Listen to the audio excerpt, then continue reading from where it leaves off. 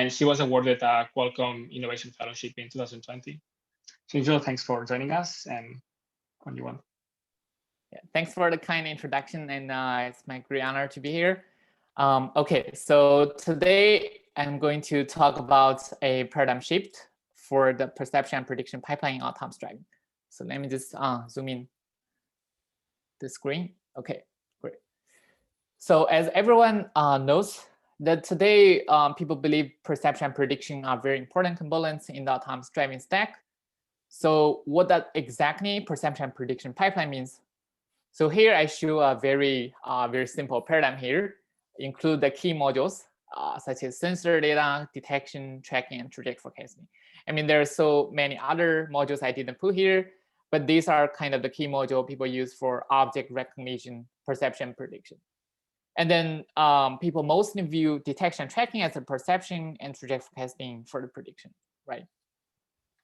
Okay, so now let's just briefly go through each of the individual module.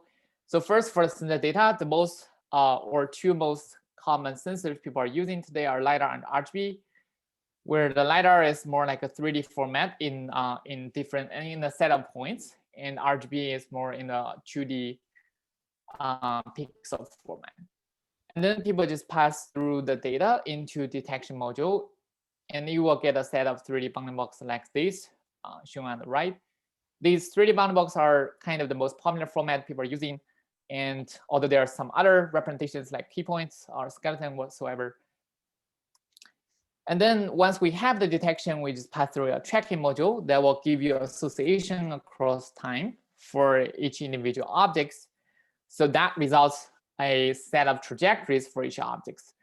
People can use it for prediction into the future. So that will be the kind of the responsibility of the last trajectory forecasting module. With these predicted trajectories, you can now reason or do your planning for the eager vehicle, right? Because you have think about what other agents will behave in the next few seconds. Okay, great. So that's the standard pipeline. And so now I'm going to discuss what kind of state-of-the-art efforts that people have put into this pipeline or trying to improve trajectory forecasting module. And there are so many progress I couldn't just cover everything here. So there are just two key aspects I will introduce. One is the data sets. So it's going to be bigger and also multimodal. So what does that mean?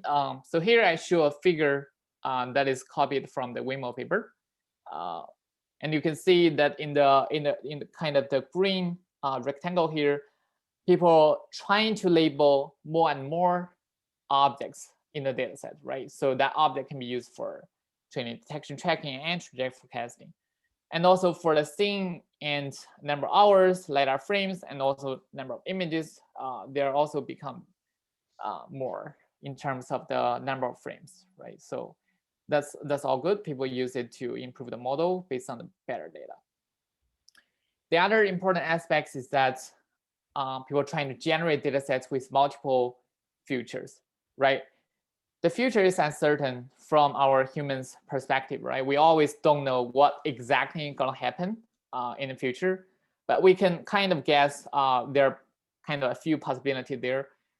But in reality, or in the real world data set people collect, such as Weng data set, KD data set, right? There's only a single ground truth future, because only a single future actually happens. So that's what we record, right? So we can do this in simulator by just resetting the world and pass through different actions for each actor. So that will give you multimodal ground truth. So that's good. And the other important aspects is people trying to add more site information to the model. So that includes different things. So first of all, let's just look at this graph neural network, where people use this new technique, or actually it's not that new, but trying to be, it is kind of getting more and more popular in recent years. And people use this graph neural network to model the social interaction between agents, right? So given each individual features that is extracted for each person or each vehicle independently through a feature extractor, they can just model edge relationship between agents. So that basically consider how behavior of one agent will affect others, right? This is kind of pretty common technique right now. And the scene map or the rasterized map is also very important information people used to help predict which lane or which road that vehicle will going to move in the next few seconds. Because once you know the road structure, that's going to be much easier for trajectory forecast, because you will not predict let's say out of road trajectory, for example. I mean, that's not common, but sometimes it also happens, right? So this is also one side information people are using. So the last one I'm going to talk about here is this work from Uber ATG, I guess last year. So most of the previous work, they are trying to develop a better individual module in the pipeline, in the perception prediction pipeline, right? Let's say a higher accuracy detector, or more temporal consistent tracker, or let's say a trajectory forecasting that consider behavior of other agents, right? But different modules are still separately optimized, right? So each module don't know how exactly other module is being optimized. So that will lead to like a couple of disadvantages. And then the work that people tried before is to jointly optimize everything in a single pipeline, right?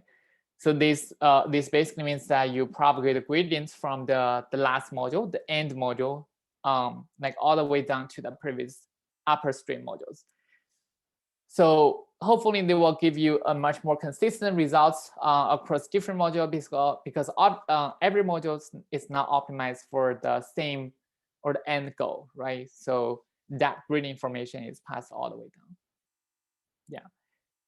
So that kind of highlight of some progress in the recent years, or especially in the last 2 years. And there's so much more progress that I cannot cover here. But one thing that is obvious is that we do see a lot of progress in each individual modules, but the overall pipeline looks the same, right? If we just look over all of the work, it's always going to be detection, then tracking, then forecasting. I mean, sometimes you add some additional module on the side, but the order of the entire pipeline kind of looks the same. So the key question I'm going to ask in this talk is that, is there any possibility to improve the pipeline, or let's say some alternatives of the order of this pipeline that exists there, right? So that basically leads to this diagram again. So this again shows this standard order of pipeline, perception and prediction pipeline. So we're wondering, is the last place here the best place to put forecasting module, right? Or the prediction module. So some simple question we can ask, can we do prediction here, right? Like before tracking, this looks fancy, but actually this is possible. And we have a recent accept ACRA paper that is doing exactly this, but that work I'm not going to discuss today. So the other question is that, can we do prediction here? This is even more crazy, right? Because it's doing it the very beginning. So the answer is yes, again, to this question. So that leads to the forecast and detect pipeline that I'm going to introduce later.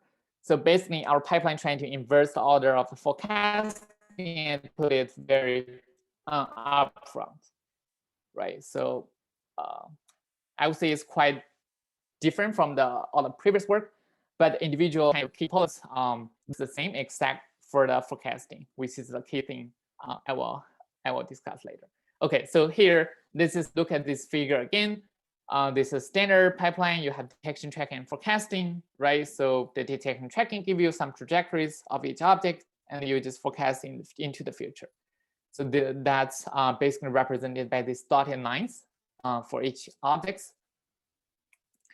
And then what's offered in this new forecast and detect pipeline is something different, as shown on the right. So here we do the forecasting at the beginning, right? But what do we have at the beginning? We only have the sensor data, right?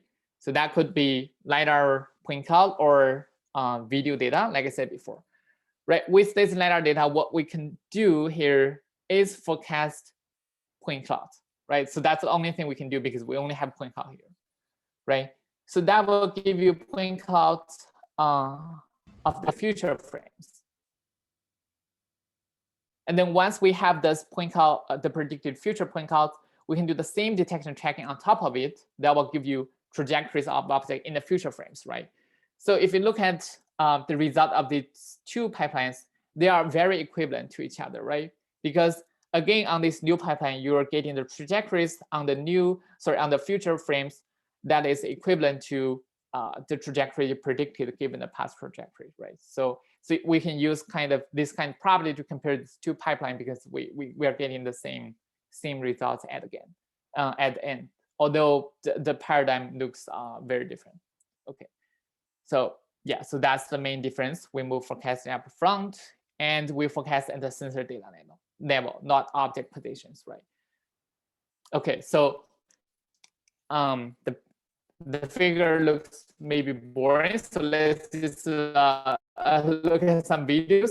So here is what we can do with this new pipeline. So since we do forecast and detect pipeline, we first need to forecast the point cloud. So here I'm showing the point cloud color as blue is basically the predicted point cloud for the entire sequence, right? So I'm just beginning at every, let's say 10 frames, and then just concatenate all of the predicted frames into a single video, right? So that's the predicted point cloud.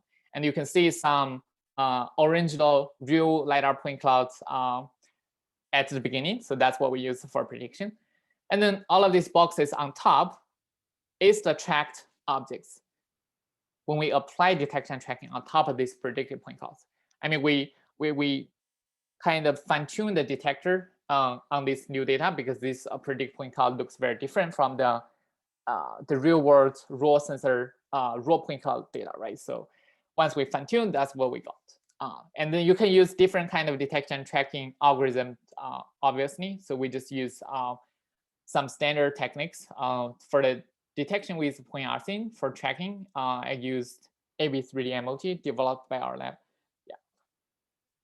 So you can see that by using some simple detection and tracking algorithms, we can get fairly good tracked objects on top of these predicted point clouds. So what this means is that our predicted point cloud preserves object information, right? Because if we don't preserve such bumps or these objects with blurry shapes, right, there's no way you can detect and track on top of it. So the detector and tracker capture these information during training, and then they can achieve detection and tracking on top to get these trajectories. And again, this is equivalent to result you can obtain from standard perception prediction pipeline, right? It's just in a different form. If you want to get ground positions, you can just extract them from these bounding boxes. That's fairly easy. Okay, so that's what we can do once we have this new pipeline. And I will show more results later. But now let's look at some more kind of properties or the advantages of this new pipeline. So first, if you look at this point cloud forecasting module that we do at the beginning, it does not require any human annotation for it during training, right? Because now the supervision signal you need is just the point cloud in the future, right? You don't need object trajectories at all. So that basically is the point cloud data itself, and which is prevalent nowadays in all of the modern data sets. I mean, the companies like always have like almost unlimited point cloud data collected by their self-driving car, but they don't allocate all of them, right? Because there's no way you can allocate all of them. But even for public data sets, you already get tons of point cloud data for KD News in Wemo, for example, right? So all of this key or all of these advantages come from the key for the new task, which we call sequential point cloud forecasting, or SPF. So it's not, I mean, this task is kind of new, but not completely, I would say, novel, because there are a lot of related work in the past. For example, video prediction. Lala is doing almost the same thing, but use different data, right? Basically the RGB video. And also there's some work doing occupancy grid prediction, right? It's a different format or different process data of the point cloud, right? So I mean, this kind of forecasting point cloud is not completely new, but we're doing it for this new pipeline, this SPF square pipeline, which we also call it forecast and detect pipeline. Okay. Yeah. So once we have these advantages, there's a key difference is that our pipeline can scale the performance with more unlimited and also enabled data, right? Which is the point cloud. So on this figure, I'm showing a kind of a small experiment we've done in the core paper that demonstrate that the performance goes up when we have more data. This is kind of obvious, but it's especially more true in our case because we can have more enabled data for point clouds rather than labeled object trajectories.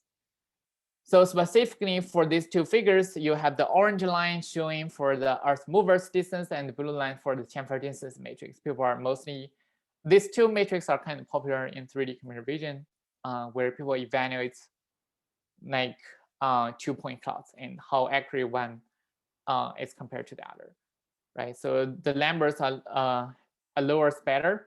So we are kind of getting better performance when we add more enabled data. So in this experiment, I'm using all of the training samples in the KD datasets, which is about more than 100 sequences. This is for KD raw, not KD optics or KD tracking.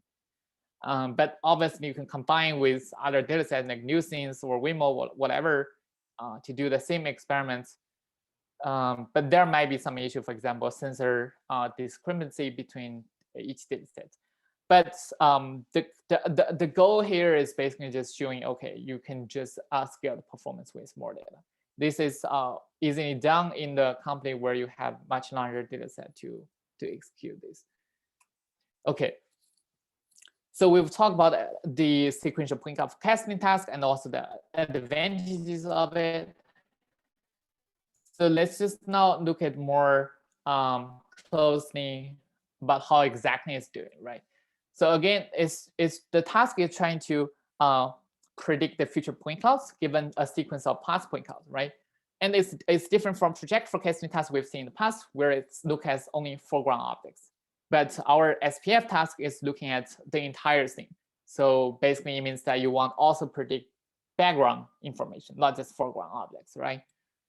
And also on the other dimension, if we compare to the very popular point cloud generation or point cloud reconstruction task, where people mostly focusing on indoor objects, right? So in that sense, they're dealing with a much smaller scale objects or much smaller scale point clouds.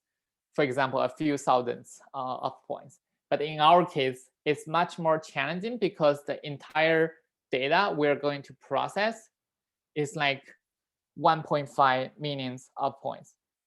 So this basically includes 10 frames or 30 frames of the point cloud, and each point cloud is about how much is it? 150 thousandths of points, about that size.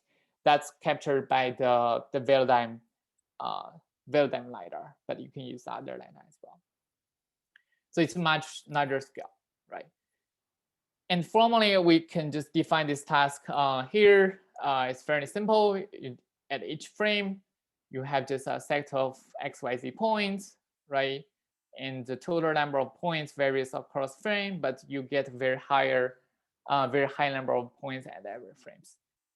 And the outputs, you're dealing with, you're trying to predict another set of point clouds, which is noted as F here.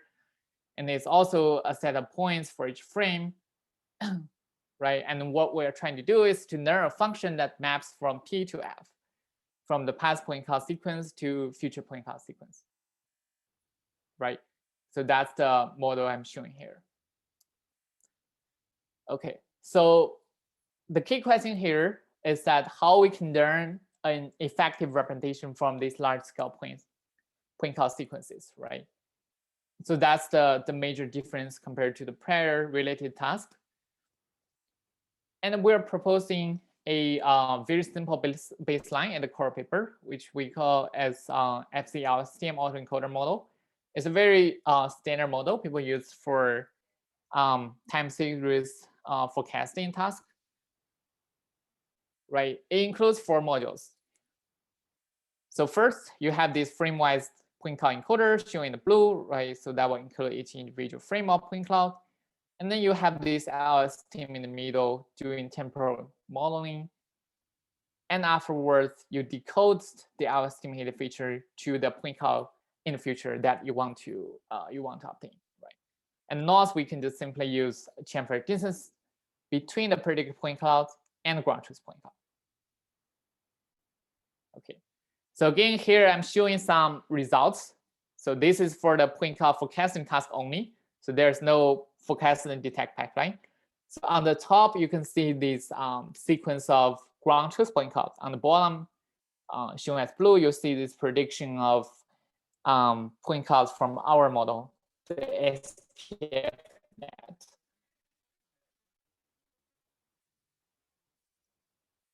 So overall, if you look at these 2 sets of point clouds, they are looking very differently, actually, I would say, right?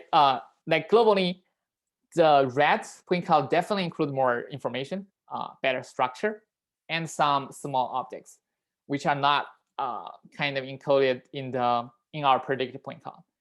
But one thing to note is that if you look at the predicted point cloud from our method, for the large object like vehicles, it's actually doing a pretty good job, right? So if you look at all of these bumps, that's basically the predicted objects or the object predicted in our point cloud estimation or in our point cloud prediction. So yeah, there's a lot of vehicles on the side road, so you can also see it here in the predicted point clouds. So this kind of good property that we have in this SPF net is the reason that can support this forecast and detect pipeline, right? Because if our model ignores those objects, there's no way you can do forecast and detect pipeline. Okay, so I think this is a good time to pause here to see if there's any question so far about the forecast and detect pipeline, also about the sequential point cloud forecasting. If there's no question, I will just move forward because yeah, it's kind of a good cut here.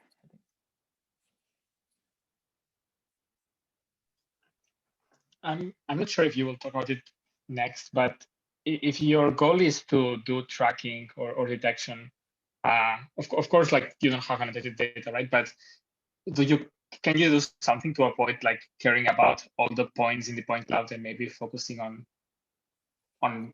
points that are more object like? Yeah. So that's a good point. I mean, a simple way to do it is, let's say during training, you have the chamfer distance loss, right? We can put weights on each individual point when optimizing the network. And then basically we put weights higher on the points we care about, let's say optics, right? And we put weights lower for the other irrelevant optic. I mean, that's definitely possible to do. Actually, we tried it, and it's doing exactly like you said, better performance for the object. But something interesting is that when you look at the object, when you look at point cloud predicted from the network, it's doing much worse job at the global structure. Basically, the point cloud you get will look much more horrible than this. So basically, the loss between the global structure and local information is fighting against each other. So basically, the representation we use right now isn't powerful enough to kind of handle well for everything. So that's why it kind of can only do a very good job on something, but not other things. Yeah. So it's a trade-off. I mean, if we just care about foreground objects, then yeah, that's definitely a way to do it. But if we also want to get very good realistic and like good-looking point cloud, so I mean, sometimes people also do, let's say, point cloud segmentation or point cloud panoptic, trying to get information for all of the background points. And then some people believe those background information is also critical. So it's in that sense, I mean, we shouldn't ignore the background information that much, I think. Makes sense. Thank you. Xinshuo, can I ask a question? Yeah, of course. Yeah, I'm wondering, like, how long can you predict into the future without seeing a very obvious drifting? The reason I'm asking is that especially how it's compared to like object-centric models where the objects are being abstracted up prior. And because the dimension is very high dimensional, like when you compare with like you have several objects represented as graphs, and also if you are also directly predicting the raw sensory data, which contains a lot of like noise and backgrounds, which it is good to predict those, but that also introduces a lot of uncertainties. Yeah, exactly. So first of all, let me answer your question. How long can we predict? So we experimented a few different variants, like 2 frames, which means 0.2 seconds, and 10 frames, that means 1 second, and 30 frames, that means 3 seconds. But unfortunately, because the memory constraint on 2080, if we do 30 frames, then we have to skip some intermediate frames. So basically, you're predicting, let's say, frame 0, frame 3, frame 6, frame 9, not in seconds, but you're still predicting 10 frames, basically. So there are some tricks we try to kind of reduce the memory constraint because there are too many point cloud you need to process. But yeah, so overall, right now we tried at most 30 frames. And an observation we got, which is quite obvious, the longer we predict, the worse performance we get, especially for the 30 frames. Right, and also all of this model is deterministic. Oh, sorry, all of the results I'm showing so far is deterministic, meaning that there's no multimodal into the future prediction. So if there's uncertainty, there's no way you can capture it by this model. Oh, sorry, I have another question related to this, this paradigm. So you're saying you're doing like point cloud prediction, right? Yeah. So I wonder why you choose to do like point cloud generation instead of like predicting the motion of the points, right? The reason why I'm asking is because if you predict the motion of the points, then a large portion of the point clouds are background and they all have the same 3D motion. So wouldn't this be much easier? Because then the task will be much lower dimension because you just need to, for instance, have a motion for each foreground object and one motion for all the background points. And I just wonder, and because if I look at your results, it seems like lots of structures are a bit kind of disappeared, right? For instance, the wall kind of disappeared. So I wonder what's the rationale of directly generating a point cloud instead of like producing the motion and then warp it. Yeah, very good question. So first of all, to predict the motion for each point, there is actually, I mean, this is pretty related to Xinshuo, right? So that's what Xinshuo does, but the Xinshuo is only doing for 2 frames, or so far people are mostly doing for 2 frames. Your estimation motion, your estimated motion for each point, for just between 2 frames. So we can extend this to more frames, let's say 10 frames or 30 frames. The main thing or the main bottleneck we were worried about is the correspondences. So when you predict the motion, you will need the ground truth motion for each point, for example, right? And then because this is LiDAR point cloud, at each frame, the point is sampled differently. So there's no hard correspondences between each point across frames, right? So if you don't have these correspondences, that means, or if you don't have this perfect correspondence, you can definitely get some rough estimate correspondence, maybe. You don't have perfect motion.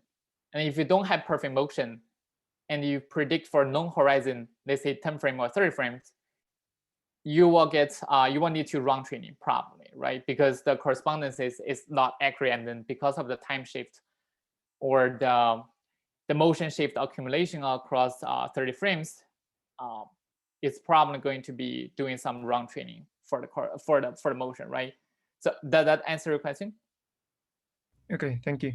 Yeah, actually, we received a review from ECCV about exactly the same question, and then they are suggesting a solution which is using simulator. So they're asking us, okay, yes, we don't have exact correspondences in the LiDAR, in the real world LiDAR point cloud data, but we can have it in the simulator potentially, right? So in the simulator, What about we sample exact same points for either foreground or background, and when generating the point cloud data, and then because we have the correspondences, we can have the motion, right? So yeah, so I was thinking it's just like you don't necessarily need the correspondence to get the ground truth a lot of times, right? For instance, for the background motion, you can just compute it with the ego car.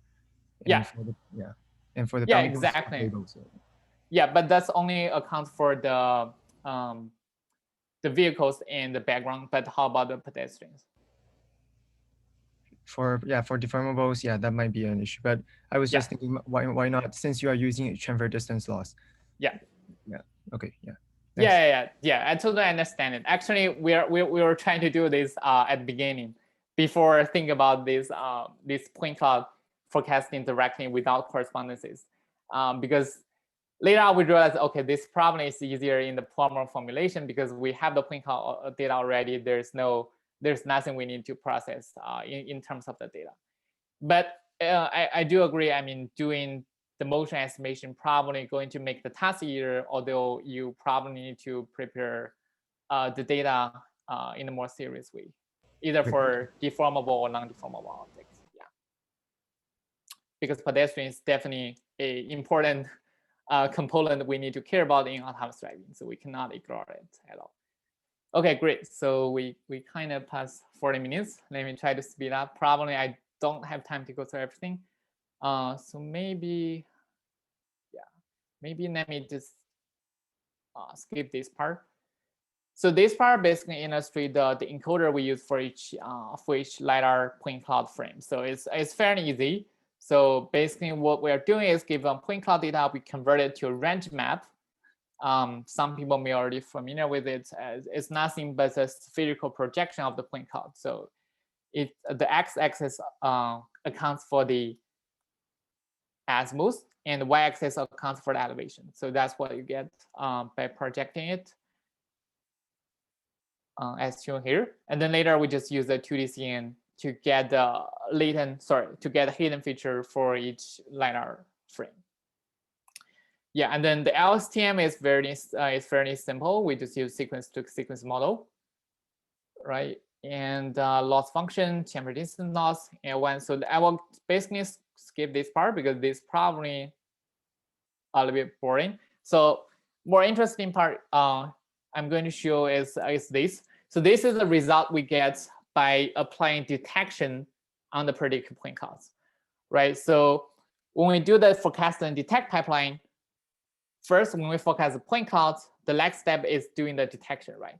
And then if we want to compare how good the detection is compared to ground truth, so this is the way we do it by visualizing how exactly the detection on the predicted point cloud align or match with the ground truth bounding boxes, right? So basically here, the green shows the ground truth bounding box, and green shows the detected bounding box on the predicted point clouds, and yellow shows the ground truth bounding boxes. And if you look at the results closely, they actually matches with each other quite well, but only for I would say like closer range. Like there are some objects that are too far to be captured in the predicted point clouds, and those there's no way you can detect it. But for objects that's entering into the predicted point clouds, the results looks quite good, I would say. Yeah. So this is the first step of the forecast and detect pipeline. The second step, which you do detection.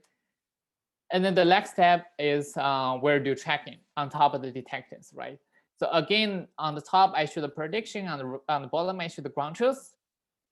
So on all of this is a sequence of 4 frames that are sampled at a low overlap of, at an interval of 5 frames, if I remember correctly.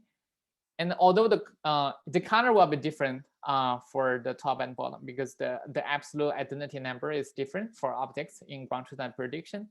But overall, if you look at the results, the location or the tracked identity in the prediction and ground truth, they looks quite similar. In fact, on this sample, it looks perfect. But I mean, there are also many other samples that are not that perfect. So which are the issues we are trying to address. I will show some of them later. Yeah. And if you want to see a video, so this is how it looks like. Right, again, we're showing the same video sequences, but here is showing the color bounding box rather than all the detected bounding boxes with the same color. So again, like I said before, this forecast and detect pipeline is only possible if the predicted point cloud can preserve the object information, because otherwise there's nothing you can track or detect on it.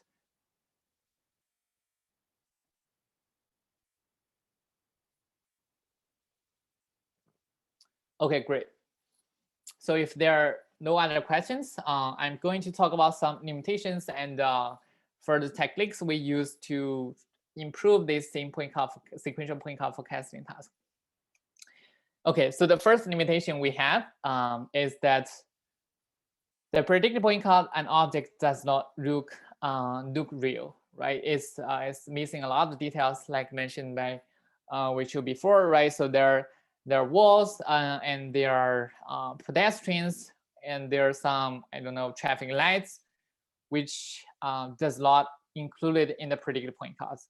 I think the main thing that our model preserved quite well is the objects. It's a large object like vehicles, right? So all of these details are missing. And on the right, I'm showing video sequences, including the pedestrians, right? So if you look at the ground truth, there are actually quite a lot of pedestrians they are walking, right? But none of them is captured in our predicted point clouds shown on the bottom. So this is a severe issue, right? Because we can't just ignore those small objects during driving. They are also very critical when we do planning. And the other important issue is that all of the predictions so far we can do is deterministic, although we know the future is uncertain or multimodal, right? Let's say at a intersection, there's no way you are 100% sure if the vehicle is going to turn, or if other vehicle is going to turn left or turn right without any signal or information, right? So the future is uncertain and multimodal, but our model currently cannot do it. So in that sense, I'm kind of introduce, or maybe just one of them, I don't know, give me time, about how we're gonna improve this sequential point cloud forecasting task. So the first is stochastic sequential point cloud forecasting with sequence VAE, and the second work is to learn from grain point cloud prediction with experiment LSTM. So maybe let's just look through the second work first, in case there's no enough time, because the sequence VAE model probably is going to be a little bit more involved. Okay, so for the second work, yeah. So again, this slide shows the issues we had before. We are missing details, and we cannot preserve small objects like pedestrians, right? So one hypothesis we had is the hidden repetition is compressed too much, or is not that powerful to capture everything. This also mentioned before, and there are a lot of straightforward solutions that we can try. So first of all, we can kind of improve the SPF net we had before by increasing the dimensionality of the hidden features, or adding more fine-grained intermediate feature maps to represent what we can encode in the latent state. For example, we can increase the one-dimensional feature in the hidden LSTM state to two-dimensional hidden map, right? This is a fairly common technique people use. And also we can replace FC LSTM to convolutional LSTM, which are abbreviated here as CLSTM, right? So this is quite common. The other thing we did is we can use better or stronger backbone, right? So previously we just used a series of, or actually just 4 convolutional layers plus batch normalization and liquid ReLU. So what about we use much more complex model like Darknet 53, which is doing like impressive results point cloud segmentation, right? So here on the right, I'm showing this dark-clad 53 model, including its encoder and decoder. And there are some skip connections, which are very important, especially for this dense prediction or high resolution prediction task, where in this case, it's point cloud segmentation. Okay, so once we have those things included in our SPF-LAT, this is what you get, right? Again, we have this sequence-to-sequence model, but we replace the encoder with dark-clad encoder and decoder with dark-clad decoder as well. And we have this convolutional LSTM, and we have this skip connection between encoder and decoder that will hopefully help increase the sharpness or the information in the decoding stage, right? However, something bad happened, which is the training of this model doesn't really converge very well. So this is what we tried at the beginning. And we thought about like what's the issues, right? I mean, there are potentially many issues at this stage of the model. But one of the most important issue we realized is the feature synchronization issue. So again, if you look at this model, for every frame that we're predicting, the hidden feature that is shown here after passing the convolutional LSTM is at t equals 2, right? Because it's already propagated through the LSTM and get to the next frame. However, the feature that we do skip connection here, shown in the green, is still at the time equals 1, right? Because this is directly obtained from the lower level features of the encoder, which is encoding the point cloud at t equals 1, right?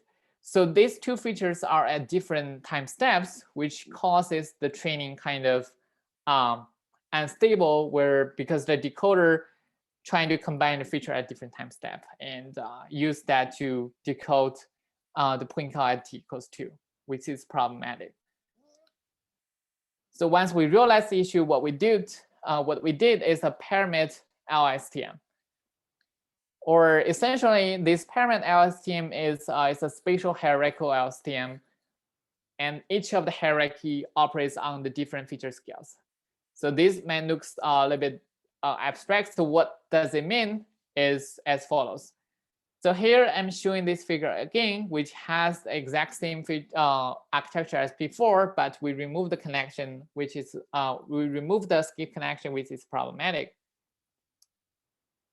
So what we're gonna add here is an additional convolutional LSTM that connects the features from the lower level during this skip connection, right? So before you do this skip connection, you pass these lower level features into the convolutional LSTM, and then you add into the decoder, right?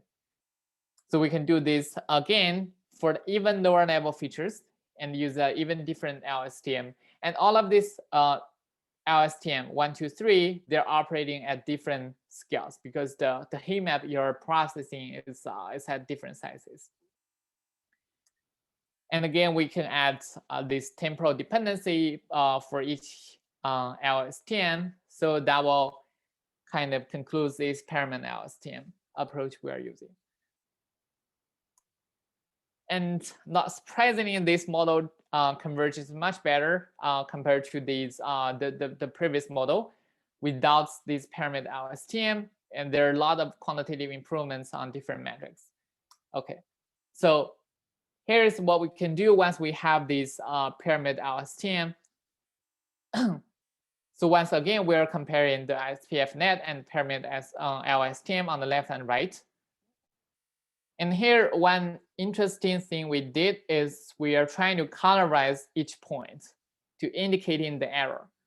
So basically, the point that's with red color, meaning that this point has a large chamfer density error, but the points with cyan means that it has a lower chamfer density error. So with this kind of colorization, it's very easy to compare between the point cloud prediction from SPFnet or from parallel LSTM, because on the right, you will see much less number of red points compared to the prediction on the left, where you see much more red points. And also all of the wall structure or the road becomes much more clear than the model that we use for SPFnet.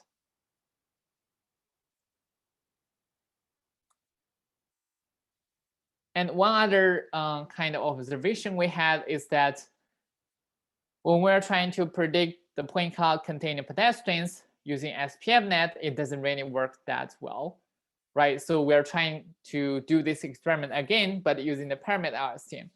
If you look at this prediction down here, there are kind of small motion of points that we predicted, or a small set of points that we can predict representing the pedestrian in the prediction, right? So these basically represent or means that our model with pyramid LSTM can now enable the forecast and detect pipeline on the pedestrian level, or we can preserve like small objects like pedestrians in the predicted point clouds. Yeah, so I think that kind of concludes the main work I'm going to propose today. Yeah, I'm going to skip the first work because of limit of time. So yeah, so this is the few last slides. I think the take-home message here I want to emphasize again is that innovation is not possible to happen at the module level, which is done in a lot of prior work, but also possible at the pipeline level, right? We're kind of propose a new paradigm here to address this trajectory forecasting task. And also this new task, this new pipeline naturally phase two. Yeah, so I kind of skip this point. So this simple SPF-led baseline can preserve information for large objects but lose details. So later we propose this pyramid LSTM that can increase details on global structure and also small objects. There are tons of visualization we have for this point cloud prediction model, especially in the newest model we have. Yeah, so if you're interested, we can discuss more offline. But overall, we believe the newest model we have kind of preserve much more details. Yeah, and there are a lot of open questions. For example, how do you scan to produce more realistic results? Is the representation we learn useful for other tasks like planning? We're kind of doing this right now, actually, collaborating with some other university, and also the how to combine the sequential point cloud forecasting with video prediction, right? So video prediction is quite popular, but I don't think right now people are using video prediction or fit this video prediction task into the forecast and detect pipeline. Although camera image is kind of very important input modality to trajectory forecasting. So we can combine them into the same pipeline as well. And also predict sequence of point with correspondences or predict motion of points like mentioned before, right? So all of these are open questions we're trying to address later, yeah. Okay, so that's it. Thanks everyone for listening. And at last, I would like to kind of advertise two of the workshops we're organizing recently. So one is the IGCAD workshop on the autonomous driving, and the other is ICV workshop for multi-agent interaction and relational reasoning. So welcome everyone to attend. So that's it for today, and thanks everyone again. Thanks a lot for the great talk, Xinshuo. Yeah, I guess we have time for one or two questions. Mm-hmm. Can I ask a question? Yeah, of course. Can you comment a little bit on the latency of the pipeline? Because latency is important for reaction time of the vehicle, autonomous vehicle, right? So I was wondering if you can comment a little bit on latency of the two pipelines, the conventional and the new one. Yeah, I would say For the conventional pipeline, the latency varies a lot depending on which model you use. So it's really hard to have a, I would say, a unified or a universal latency that I can comment. But I would say the N2M pipeline, for example, developed by Whooper ATZ, maybe the fastest. I'm not sure because you have a single model, a single N2M pipeline for all of the modules, right? Instead of you just run detection and run tracking and then run trajectory forecasting, where each of the module takes a very long time, especially for detection. But for our model, basically the detection and tracking is the same as the conventional pipeline. So there's no difference at all. So the main part is the same point cloud forecasting. Right now, I would say it's definitely slower than the trajectory forecasting component in the standard pipeline because we're predicting much more things. So normally, I think we can do it at 10 FPS, not real time. So that's what we can do right now. But for the, let's say if you do trajectory forecasting in the conventional pipeline, you can use a very simple model like just LSTM, right, to predict motion. Then that will be very fast. Or you can just use Karma filter, for example. There's no deep learning at all. That's even faster, right? So it depends on the model you use for the conventional pipeline about how to do trajectory forecasting. But for our model, it's definitely a heavy model so far because we're predicting a very large point cloud sequences.